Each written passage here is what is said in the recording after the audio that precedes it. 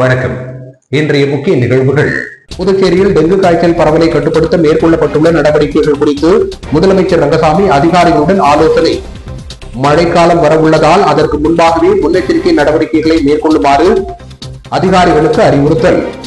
தாங்கள் வசிக்கும் வீடருகே பள்ளம் தோண்டி ஜீவ சமாதி அடையும் போராட்டத்தில் ஈடுபட்டு 10க்கும் மேற்பட்டோர் காவல்துறையினர் குழியில் இருந்து தூக்கி வலுக்கட்டாயமாக தரதரங்களை இழுத்து சென்று கைது செய்ததால் பெரும் பரபரப்பு.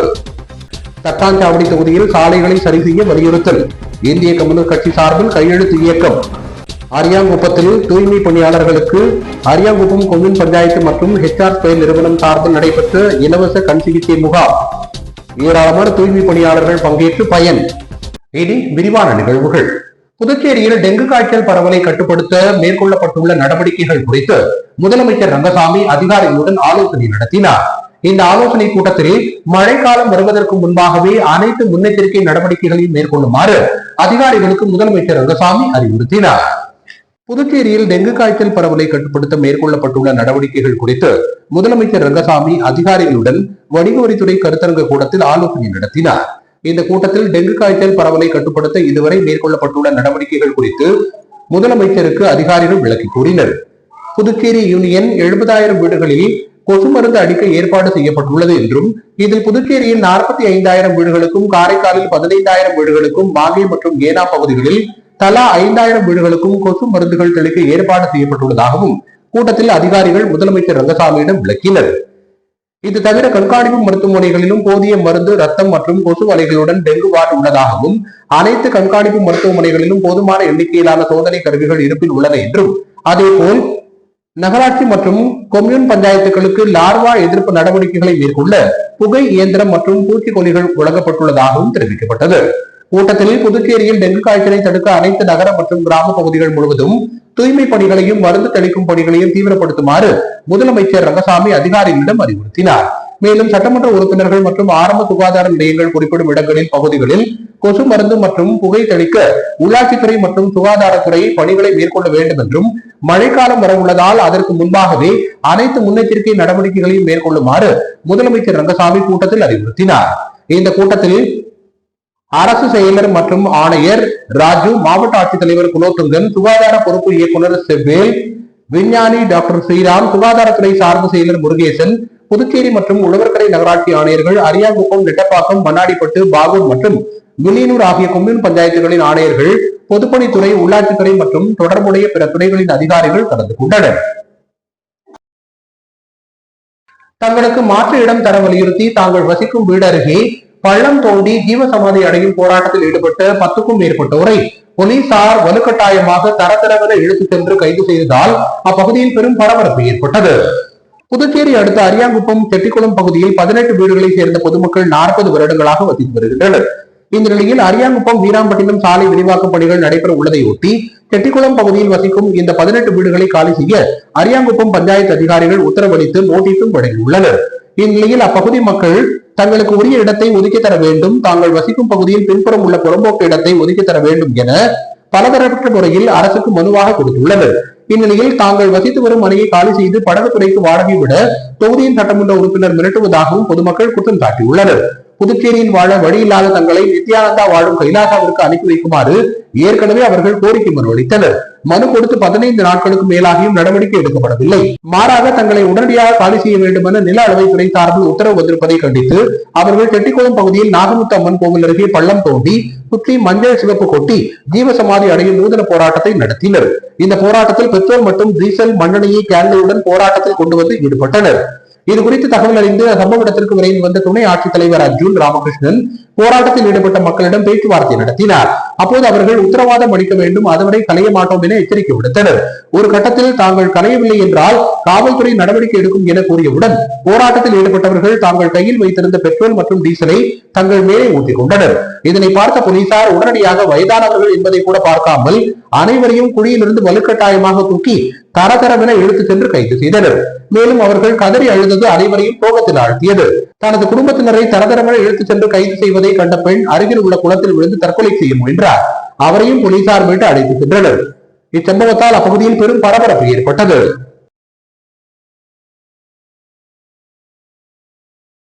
தட்டாஞ்சாவடி தொகுதியில் சாலைகளை சரி செய்ய வலியுறுத்தி இந்திய கம்யூனிஸ்ட் கட்சியின் சார்பில் நடத்தப்பட்ட கையெழுத்து இயக்கத்தில் ஏராளமான பொதுமக்கள் பங்கேற்று கையெழுத்திட்டனர். தட்டாஞ்சாவடி சட்டமன்ற தொகுதிக்குட்பட்ட அரசு அச்சக சாலை, ஒழுங்குமுறை விற்பனை கூட சாலை மிக மிக மோசமான நிலையில் குண்டும் குழியுமாக இருந்து வருகிறது. இந்த பிரதான சாலையில் குடிமைப் பொருள் வழங்கல் துறை, கலால் துறை, கூட்டுறவு அரிசி ஆலை, பாசிக் பாஸ்கோ, ஒழுங்குமுறை விற்பனை கூடம், வங்கி, கட்டிட தொழிலாளர் நல வாரியம், தட்டாஞ்சாவடி எஸ்டேட், வேளாண் துறை அலுவலகம் ஆகியவை செயல்பட்டு வருகிறது. தினசரி ஆயிரக்கணக்கான பொதுமக்கள் இந்த சாலையை பயன்படுத்தி வருகிறார்கள். இந்த சாலை மிக மோசமான நிலையில் குண்டும் குழியுமாக இருப்பதால் தினசரி விபத்துகளும் ஏற்பட்டு வருகின்றன. இந்த சாலை பிப்டிக் நிர்வாகமும் நகராட்சி பொதுப்பணித்துறை நிர்வாகமும் போட்டி போட்டுக் கொண்டு சாலையை சரி செய்யாமல் இருந்து வருகிறார்கள். எனவே முதலமைச்சர் உடனடியாக இவ்விஷயத்தில் தலையிட்டு பொதுப்பணித்துறையின் மூலம் சாலைகளை சரி செய்ய வலியுறுத்தி இந்திய கம்யூனிஸ்ட் கட்சியின் தட்டாஞ்சாவடி தொகுதிக்குழு சார்பில் கையெழுத்து இயக்கம் வியாழக்கிழமை நடைபெற்றது. இந்நிகழ்ச்சிக்கு இந்திய கம்யூனிஸ்ட் கட்சியின் மாநில துணை செயலாளர் சேது செல்வம் தலைமை தாங்கினார். தொகுதி செயலாளர் தென்னரசு, மாநில குழு உறுப்பினர்கள் முருகன், செல்வம், எழிலன், தொகுதி பொருளாளர் தனஞ்செழியன் ஆகியோர் முன்னிலை வகித்தனர். தொகுதி குழு உறுப்பினர்கள் லோகு, ரவிச்சந்திரன், தியாகு, ஆரமது, கிளை செயலாளர்கள் கருணாகரன், வெங்கடேசன், கார்த்திகேயன், சிலம்பரசன், பிரதீபன் மற்றும் ஜம்பு, ராஜு, சண்முகம், ராஜவேல், தடிகைவேல் உட்பட பலரும் இதில் கலந்து கொண்டனர். இந்த கையெழுத்து இயக்கத்தில் பொதுமக்கள் ஆர்வத்துடன் கலந்து கொண்டு சாலையை சரி செய்ய கையெழுத்திட்டனர்.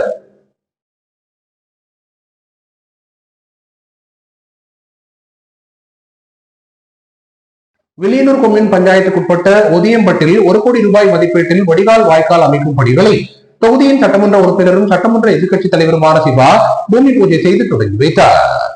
வில்லியனூர் கொம்யூன் ஒதியம்பட்டு வருவாய் கிராமத்தில் பள்ளிவாசலில் இருந்து கருப்பட்டி வாய்க்கால் காங்கிரஸ் சுவர்களுடன் கூடிய வாய்க்கால் அமைக்க பொதுப்பணித்துறை நீர்ப்பாசன கோட்டம் மூலம் 1 கோடி ரூபாய் நிதி ஒதுக்கப்பட்டு அப்பணிகளுக்கான பூமி பூஜை நிகழ்ச்சி நடைபெற்றது.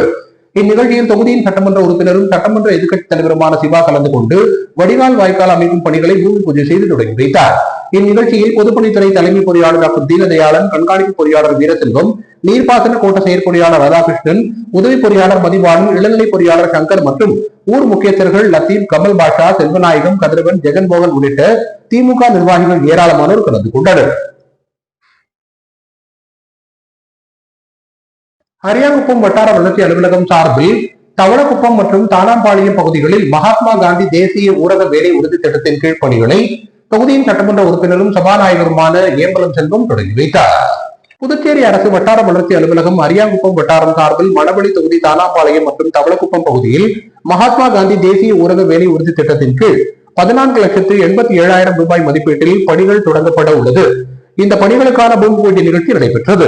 இந்நிகழ்ச்சியில் தொகுதியின் சட்டமன்ற உறுப்பினரும் சட்டப்பேரவைத் தலைவருமான செல்வம் கலந்து கொண்டு பூமி பூஜை செய்து பணிகளை தொடங்கி வைத்தார்.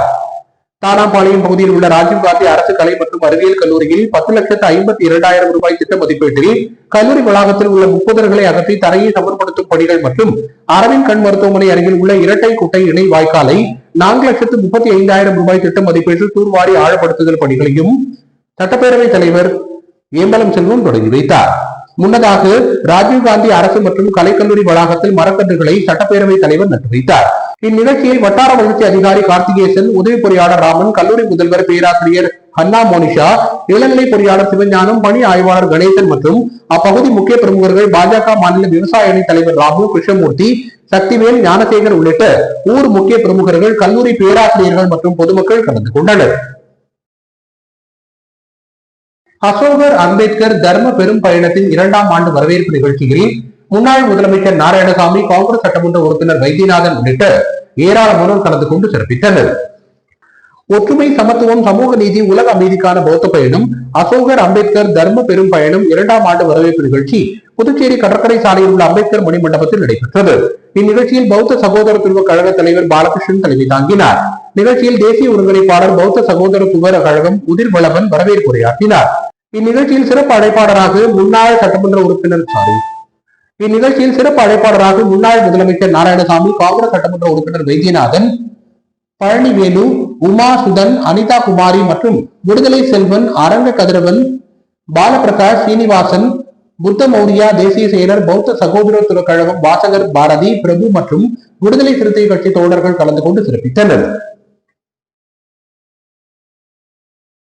செல்லிப்பட்டு கிராமத்தில் சாலை அமைக்கும் பணிகளை தொகுதியின் சட்டமன்ற உறுப்பினர் அங்காளன் பூமி பூஜை செய்து தொடங்கி வைத்தார். திருப்புவரை சட்டமன்ற தொகுதிக்குட்பட்ட செல்லிப்பட்டு கிராமத்தில் சங்கராபரணி ஆற்றின் வலது கரையில் பிள்ளையார் குப்பம் அணைக்கட்டிலிருந்து செல்லிப்பட்டு பாலம் வரை சாலை அமைக்கும் பணிக்கு 48,39,658 ரூபாய் ஒதுக்கீடு செய்யப்பட்டு அப்பணிகளுக்கான பூமி பூஜை நிகழ்ச்சி நடைபெற்றது. இந்நிகழ்ச்சியில் திருப்புவனை தொகுதியின் சட்டமன்ற உறுப்பினர் அங்காளன் கலந்து கொண்டு பூமி பூஜை செய்து பணிகளை தொடங்கி வைத்தார். இந்நிகழ்ச்சியில் பொதுப்பணித்துறை நீர்ப்பாசன கோட்ட செயற்பொறியாளர் ராதாகிருஷ்ணன், உதவி பொறியாளர் மதிவாணன், இளநிலை பொறியாளர் ஜெயராமன் மற்றும் ஊர் பொதுமக்கள், சட்டமன்ற உறுப்பினரின் ஆர்வலர்கள், ஆதரவாளர்கள் கலந்து கொண்டனர். வில்லியனூரில் உள்ள அரசு பள்ளிகளுக்கு 1.5 லட்சம் ரூபாய் செலவில் ஜோஸ் ஆலுகாஸ் நகை நிறுவனம் மூலமாக கம்ப்யூட்டர் மற்றும் உபகரணங்களை சட்டமன்ற எதிர்க்கட்சித் தலைவர் சிவா பள்ளி நிர்வாகத்தினரிடம் வழங்கினார். வில்லியனூர் சட்டமன்ற தொகுதிக்குட்பட்ட சுல்தான்பேட் அரசு தொடக்கப் பள்ளிக்கு ஜோஸ் ஆலுகாஸ் நிறுவனம் தமது 60ஆம் ஆண்டு தொடக்க விழாவை ஒட்டி தமது சமூக பங்களிப்பு நிதி மூலமாக 2 கம்ப்யூட்டர், 2 ஸ்டீல் பெஞ்ச், ஆசிரியர்கள் அமரக்கூடிய நாற்காலி 7 என சுமார் 78,550 ரூபாய் மதிப்பிலும் வில்லியனூர் தென்கோபுர வீதியில் அமைந்துள்ள அரசு பெண்கள் நடுநிலைப் பள்ளிக்கு 20 டெஸ்குகள், பெஞ்ச் என 70,000 ரூபாய் மதிப்பிலும் மொத்தம் 1,48,550 ரூபாய் மதிப்பீட்டில் நலத்திட்ட உதவிகளை வழங்கியது. பள்ளி வளாகத்தில் நடைபெற்ற இந்நிகழ்ச்சியில் தொகுதியின் சட்டமன்ற உறுப்பினரும் சட்டமன்ற எதிர்க்கட்சி தலைவருமான சிவா கலந்து கொண்டு ஜோஸ் ஆலுகாஸ் நிறுவனம் சார்பில் வழங்கப்பட்ட உபகரணங்களை பள்ளி நிர்வாகத்தினரிடம் வழங்கினார். இந்நிகழ்ச்சியில் ஜோஸ் ஆலுகாஸின் புதுச்சேரி கிளை மேலாளர் நிஜோ, கணக்காளர் சதீஷ், பிஜு மற்றும் பள்ளி துணை ஆய்வாளர் அமல்ராஜ், தலைமை ஆசிரியர்கள் பிரபு, கணேஷ், பஞ்சாத்தம்மா உட்பட ஆசிரியர்கள், ஊர் முக்கியஸ்தர்கள், பெற்றோர்கள் மற்றும் திமுக நிர்வாகிகள் கலந்து கொண்டனர். அரியாங்குப்பம் கொம்யூன் பஞ்சாயத்து மற்றும் HR ஸ்கொயர் நிறுவனம் சார்பில் அரவிந்த் கண் மருத்துவமனை மருத்துவ குழுவினருடன் இணைந்து அரியாங்குப்பத்தில் நடத்தப்பட்ட தூய்மை பணியாளர்களுக்கான மாபெரும் இலவச கண் சிகிச்சை முகாமில் ஏராளமான தூய்மை பணியாளர்கள் கலந்து கொண்டு பயனடைந்தனர். அரியாங்குப்பம் கொம்யூன் பஞ்சாயத்து மற்றும் HR ஸ்கொயர் நிறுவனம் இணைந்து அரவிந்த் கண் மருத்துவமனை மருத்துவ குழுவினர்கள் மூலம் அரியாங்குப்பம் கொம்யூன் பஞ்சாயத்தில் பணிபுரிகின்ற தூய்மை பணியாளர்களுக்கு இலவச கண் சிகிச்சை முகாமை அரியாங்குப்பம் காமராஜர் திருமண மண்டபத்தில் நடத்தியது. இந்த மாபெரும் இலவச கண் சிகிச்சை முகாமை சட்டப்பேரவைத் தலைவர் செல்வம் மற்றும் அரியாங்குப்பம் தொகுதியின் சட்டமன்ற உறுப்பினர் பாஸ்கர் என்கிற தட்சிணாமூர்த்தி ஆகியோர் தொடங்கி வைத்தனர். இந்நிகழ்ச்சியில் அரியாங்குப்பம் கொம்யூன் பஞ்சாயத்து ஆணையர் ரமேஷ், உதவி பொறியாளர் நாகராஜ், இளநிலை பொறியாளர்கள், HR ஸ்கொயர் நிறுவனத்தினர், அரவிந்த் கண் மருத்துவமனை மருத்துவர்கள், மருத்துவ பணியாளர்கள் மற்றும் தூய்மை பணியாளர்கள் கலந்து கொண்டனர். முதலியார்பேட்டை சட்டமன்ற தொகுதிக்குட்பட்ட அழகாபுரி நகர், கலைமகள் நகர் உள்ளிட்ட பல்வேறு பகுதிகளில் 4 புதிய பாலம் கட்டும் பணிகளை தொகுதியின் சட்டமன்ற உறுப்பினர் சம்பத் பூமி பூஜை செய்து தொடங்கி வைத்தார். முதலியார்பேட்டை சட்டமன்ற தொகுதிக்குட்பட்ட நெய்னார் மண்டபம், அழகாபுரி நகர் மற்றும் கலைமகள் நகரில் முருங்கப்பாக்கம் ஏரியின் மதகு வாய்க்காலின் குறுக்கே 4 புதிய பாலம் கட்டும் பணிக்கான பூமி பூஜை நிகழ்ச்சி வெகு விமரிசையாக நடைபெற்றது. இந்நிகழ்ச்சியில் முதலியார்பேட்டை தொகுதியின் சட்டமன்ற உறுப்பினர் சம்பத் கலந்து கொண்டு பூமி பூஜை செய்து பணிகளை தொடங்கி வைத்தார். மேலும் இந்நிகழ்ச்சியில் பொதுப்பணித்துறை நீர்ப்பாசன கோட்ட செயற்பொறியாளர் ராதாகிருஷ்ணன், உதவி பொறியாளர் மதிவாணன், இளநிலை பொறியாளர் சங்கர் மற்றும் ஊர் பொதுமக்கள் கலந்து கொண்டனர்.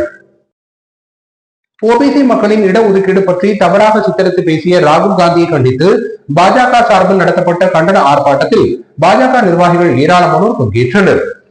OBC மக்களின் இடஒதுக்கீடு பற்றி தவறாக கருத்துக்களை சித்தரித்து பேசிய ராகுல் காந்தியை கண்டித்து புதுச்சேரி பாரதிய ஜனதா கட்சியின் OBC அணியின் மாபெரும் கண்டன ஆர்ப்பாட்டம் நடத்தப்பட்டது.